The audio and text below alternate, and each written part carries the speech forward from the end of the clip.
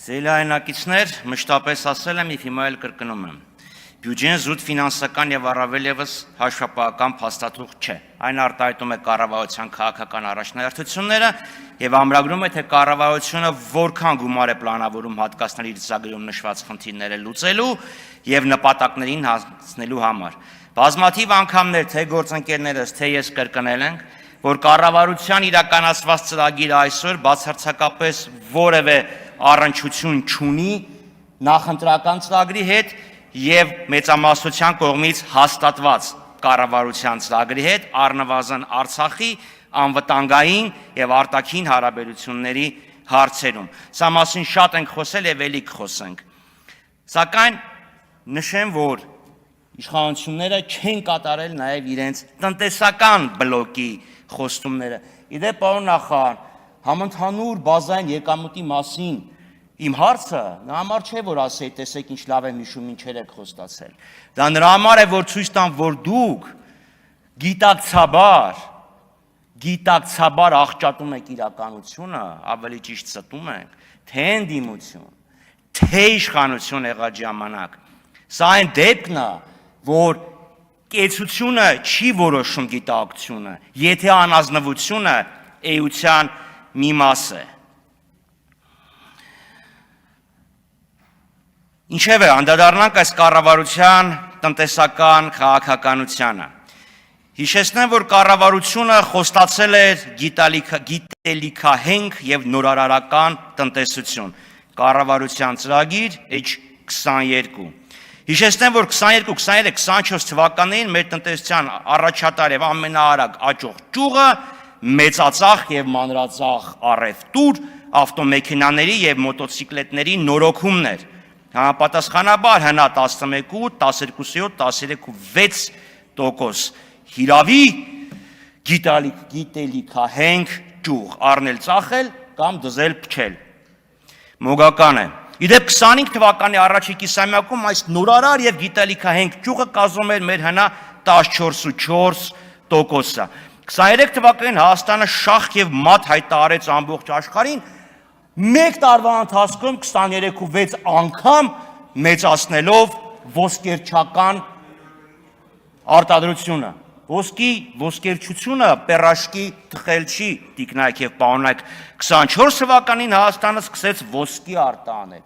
շատ ոսկի, մոտ 10 տոննա, Քլոնդայքն էինք դարձել։ Բայց 24 թվականից Ռուս-Ուկրաինա երրորդ եռամսյակից են էլ։ Ռուս-ուկրաինական հակամարտությամբ պայմանավորված արտածին բարենպաստ գործոնների ազդեցությունը սկսեց նվազել։ Պատահական չէ, որ 22-23 թվականների համապատասխանաբար 12.6 և 8.7% բարձր աճից հետո 24 թվականին մեր տնտեսական աճը ընդամենը 5.9% էր, իսկ 25 թվականին սպասվում է 5.2% աճ։ Իդեպ նշեմ, որ անցյալ տարի այս օրերին կառավարությունը 25 թվի համար խոստանում էր 5.6%։ Հիմա 0.4%-ային կետով նվազեցրել են։ 26 թվականի համար կանխատեսվում է 5.4%։ Նախորդ տարի կանխատեսում էիք բյուջեի ուղերձն այ, պարոն Հովհաննիսյան։ Նախորդ տարի կազմում էր 5.5% կանխատեսումը։ Այսպիսով մեր նորմալ պայմաններում, երբ չկան արտածին գործոններ, մեր տնտեսական աճը 5.2-ից 5.4% է։ Հիշեցնեմ, որ կառավարությունը խոստանում էր տարեկան միջին աճի նվազագույն մակարդակ 7%, իսկ բարենպաստ արտաքին տնտեսական պայմաններում 9%, կառավարության ծրագիրը նույն էջ։ Մենք 2 տարի 9 ամիս ունեցել ենք բարենպաստ արտաքին պայմաններ։ Դա վերացավ 5.2-5.4։ Բայց ախր նորմալ պայմաններն էլ նորմալ պայմաններ չեն։ Տնտեսական աճն ապահովել է խիստ բարձր արտաքին պարտքային բեռի պայմաններում։ Տարեվերջին սպասվում է, որ պետական պարտքը կկազմի 5 տրիլիոն 820 միլիարդ դրամ։ Այսօրվա դոլարի կուրսով 15 միլիարդ 232 միլիոն դրամ։ Պարտքն հարաբերությունը 52.9, 26 թվականին 569 միլիարդ։ Եվ ինչի համար, 5.2-5.4%-ի համար, կասեք բան աղկինում, սենց, նենց, համաշխարհային բանկի ուրեմն Հայաստանի երկրորդ համակարգային ախտորոշման զեկույց H18 2000-ից 2008 թվականներին միջին տարեկան աճը կազմել է 11%։ Այստեղ կառավարության ներկայացուցիչը քաղաքական մեծամասնությունը համոզում են, որ պարտքը վատ բան չէ։ Այն նպաստում է տնտեսական բարձր աճին, բարձր վարկաժանության ապացույց է, ֆլան, ֆստան։ Ես փորձեցի հասկանալ, եթե պարտքը զտենք, ինչքան կկազմի մեր տնտեսական աճը, չկա այդ պարտքը։ Պատասխան չունենք։ Գիտեք, պարոն Սուքիասյան, իմ ընկալմամբ մոտավորապես նույն հարցն էլ ձերն էր։ Այդ պարտքը մեր տնտեսության վրա ինչ դրական ազդեցություն է ունեցել։ Չկար այդ պատասխանը։ Հիմա ես միշտ բյուջեների ընտանեկան բյուջեի օրինակով եմ վերցնում։ Պատկերացրեք, ընտանիքը հայրը կամ մյուս աշխատող ծնողները X գումարի աշխատավարձ են ստանում, դա որոշակի բարեկեցություն է ապահովում։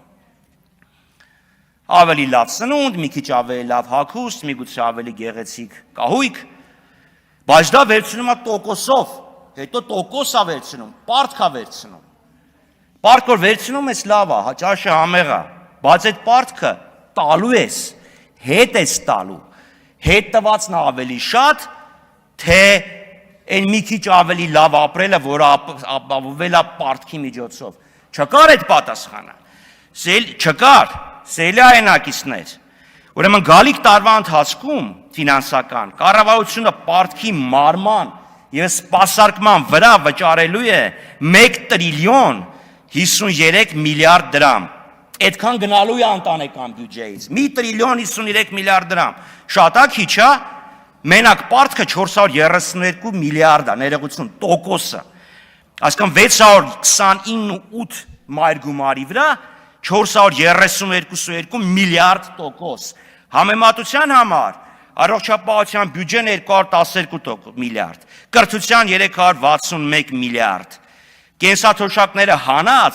սոցիալական ծախսերը 315 միլիարդ։ Եվ դա համար ինչ եք զարմանում, որ համաշխարհային բանկի նույն հաշվետվությունը 155 էջ ամբողջը չեմ տպել։ Նշում է, որ Հայաստանում կրթությունն է վիճակի չի, որը կարող է լինել, առողջապահությունն է վիճակի չի, որ կարող է լինել, տնտեսությունն է վիճակի չի, որ կարող է լինել, որովհետև պարտքը վերցնում եք եւ ոնց եք ծախսում եք նենց, որ 19 թվականին Վրաստանից ավելի բարձր հնա ունեցող պետությունը 25 թվականին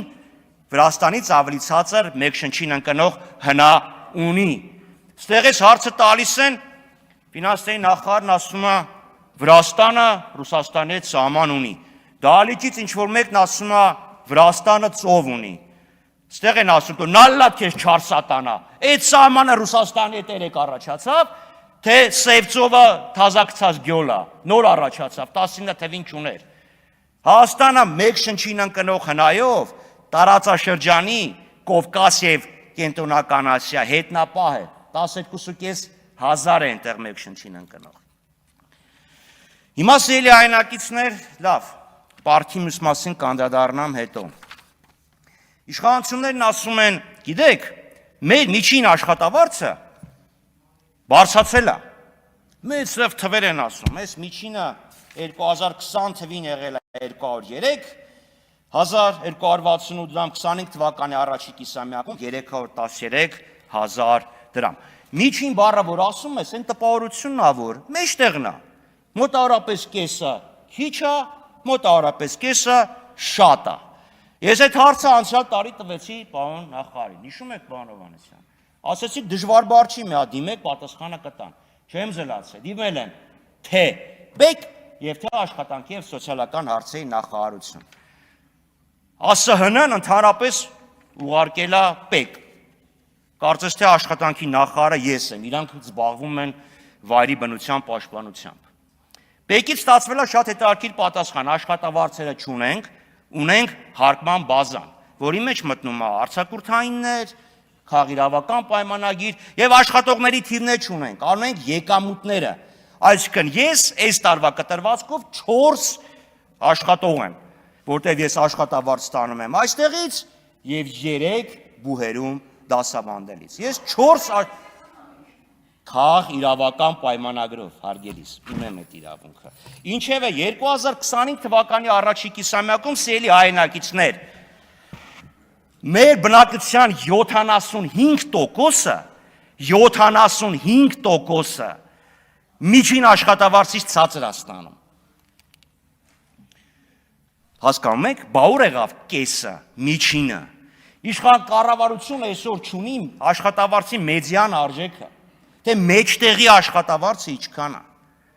Չունի ավելի հաճախ հանդիպող արժեքը, բա դուք աշխատանքի շուկայի մասին ո՞նց եք դատողություն անում, պարոնայք եւ տիկնայք։ Ուրեմն,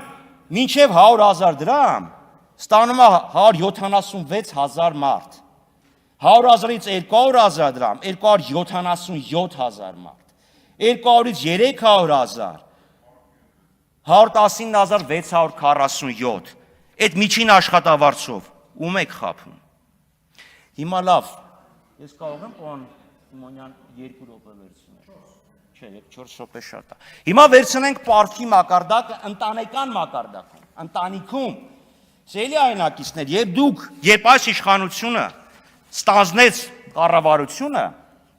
17 թվականին, ուրեմն անհուսալի վարկեր ունեցող մինչև 250,000 դրամ, անհուսալի վարկեր ունեցող քաղաքացիների ֆիզիկական անձանց թիվը 47,670 մարդ էր։